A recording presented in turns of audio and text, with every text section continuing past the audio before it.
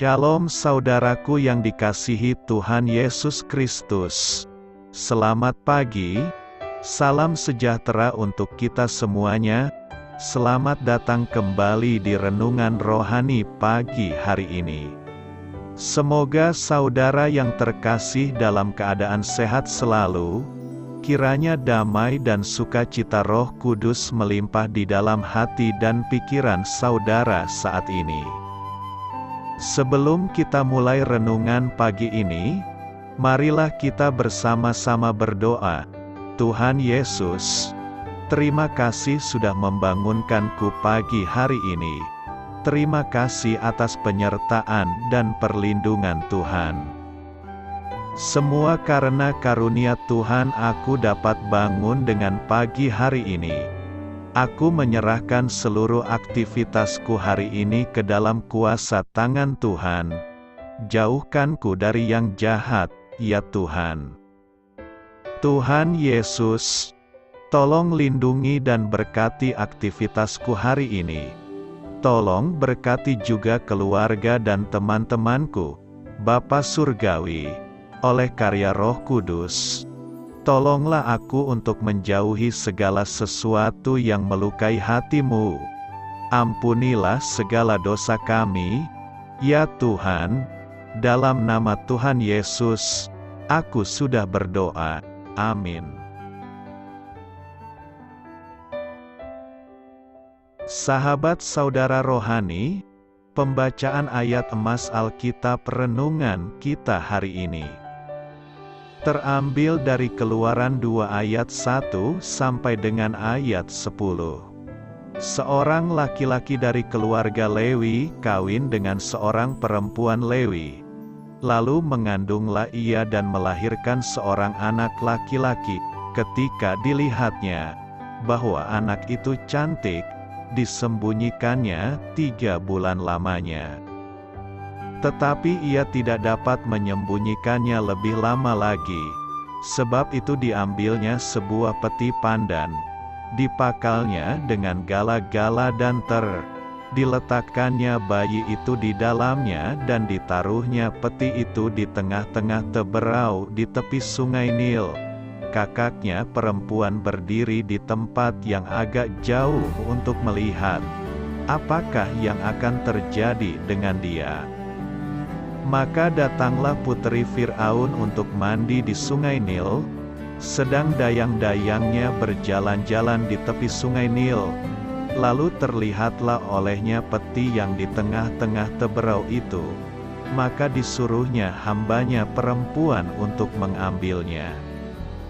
Ketika dibukanya, dilihatnya bayi itu, dan tampaklah anak itu menangis.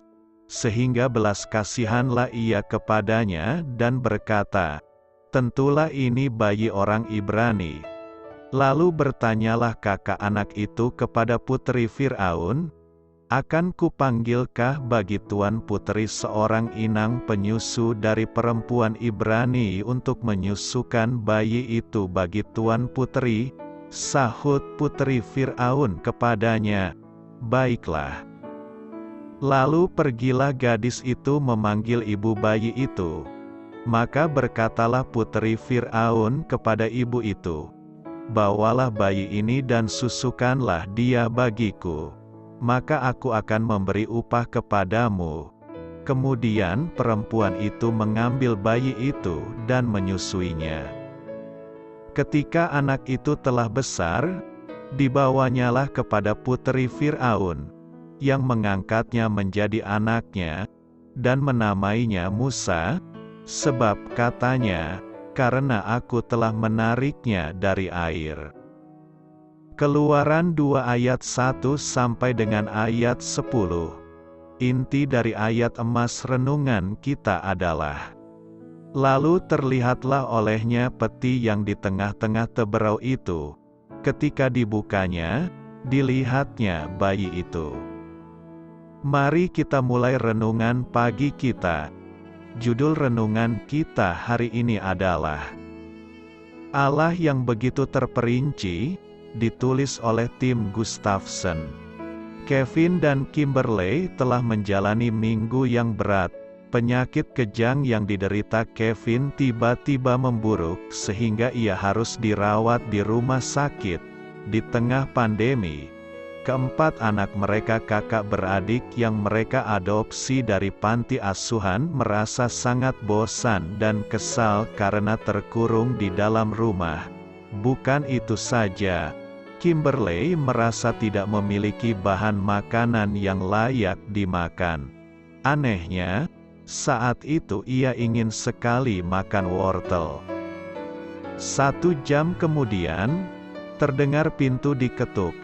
Teman mereka, Amanda dan Andy, datang membawa hidangan lengkap untuk seluruh keluarga, termasuk wortel. Apakah ini hanya kebetulan? Tidak. Kisah menakjubkan dari sejarah orang Israel menunjukkan bahwa Allah begitu terperinci merencanakan setiap peristiwa. Fir'aun memerintahkan, "Lemparkanlah segala anak laki-laki yang lahir bagi orang Ibrani ke dalam sungai Nil." Keluaran 1 ayat 22. Usaha pembunuhan besar-besaran ini mendorong munculnya rencana dengan detail yang mengagumkan. Ibu Musa memang membuang bayinya ke sungai Nil, tetapi ini adalah bagian dari strateginya. Di sungai itu, putri Firaun sendiri akan menyelamatkan bayi Musa, yang kelak akan dipakai Allah menyelamatkan umatnya. Putri Firaun bahkan mengupah sang ibu untuk menyusui bayinya sendiri. Suatu hari kelak, dari bangsa Yahudi yang nyaris dibinasakan itu akan lahir bayi laki-laki yang telah dijanjikan. Kisah hidupnya akan dipenuhi dengan detail dan ironi ilahi yang menakjubkan.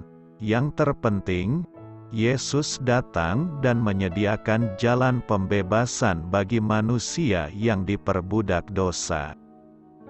Bahkan khususnya pada saat-saat kelam, Allah terus berkaya dengan begitu terperinci. Itu seperti yang Kimberly katakan, "Tuhan membawakan saya wortel." Amin. Marilah kita renungkan di dalam hati kita. Dapatkah Anda menceritakan kesaksian hidup tentang perbuatan Allah yang begitu terperinci? Bagaimana hal tersebut telah memperkuat iman Anda? Hal ini patut kamu ketahui. Nama mempunyai arti penting dalam Alkitab, tidak terkecuali dengan nama Musa. Nama yang diberikan putri Fir'aun kepadanya itu memuliakan asalnya sebagai orang Ibrani sekaligus pengasuhan Mesir yang akan segera dijalaninya. Dalam bahasa Mesir, kata Musa mungkin memiliki kaitan dengan kata anak laki-laki. Namun, Musa bisa terdengar seperti kata Ibrani, yang diterjemahkan, yang diambil. Inilah yang dikaitkan penulis kitab Keluaran dengan Musa yang keluar dari air, Keluaran 2 ayat 10, akan tetapi, yang jauh lebih menarik adalah bahwa nama Musa tidak berarti, ditarik keluar, melainkan, dia yang menarik keluar.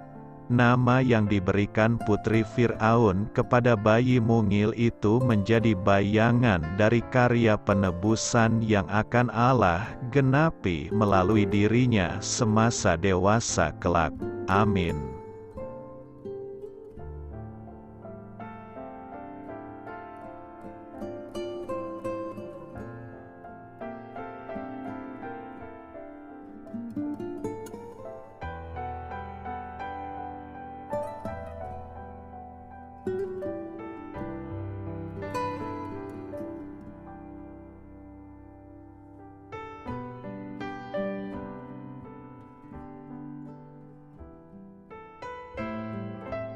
Marilah kita renungkan sahabat saudara rohani. Demikianlah renungan firman Tuhan pagi hari ini. Semoga menjadi berkat dalam hidup kita. Dan sebelum kita memulai segala aktivitas kita pagi hari ini, marilah kita berdoa. Selamat pagi Bapa, malam hari telah berganti pagi, kehidupan baru telah Engkau berikan kembali bagi kami. Bapa Surgawi, tolonglah aku menyadari kebutuhan orang lain, supaya aku dapat membagikan apa yang telah Engkau berikan kepadaku. Pada saat aku membutuhkan, berilah aku keyakinan bahwa Engkau akan mencukupkanku, melalui orang-orang yang mengasihi-Mu, bukan karena kami pantas atau layak, namun karena kasih karunia-Mu kami boleh ada, sebagaimana kami ada di pagi hari ini. Terima kasih Tuhan, atas kesempatan baru yang telah Tuhan berikan kepada kami, untuk bisa memperbaiki diri agar kami bisa lebih layak di hadapan-Mu. Hari ini kami serahkan semua perkara dan kesulitan yang akan kami lalui ke dalam tangan-Mu. Biarkanlah kami bisa memuliakan-Mu dalam segala aktivitas yang akan kami lakukan. Amin. Biarlah firman Tuhan menjadi pengingat untuk kita semua, bahwa tuntunan dari Roh Kudus akan selalu memberi jalan keluar bagi setiap permasalahan hidup kita, dan memberi kedamaian di hati kita. Sampai jumpa di renungan pagi saudara rohani berikutnya. Kiranya Tuhan selalu memberkati saudara semua hari ini. Amin. Shalom.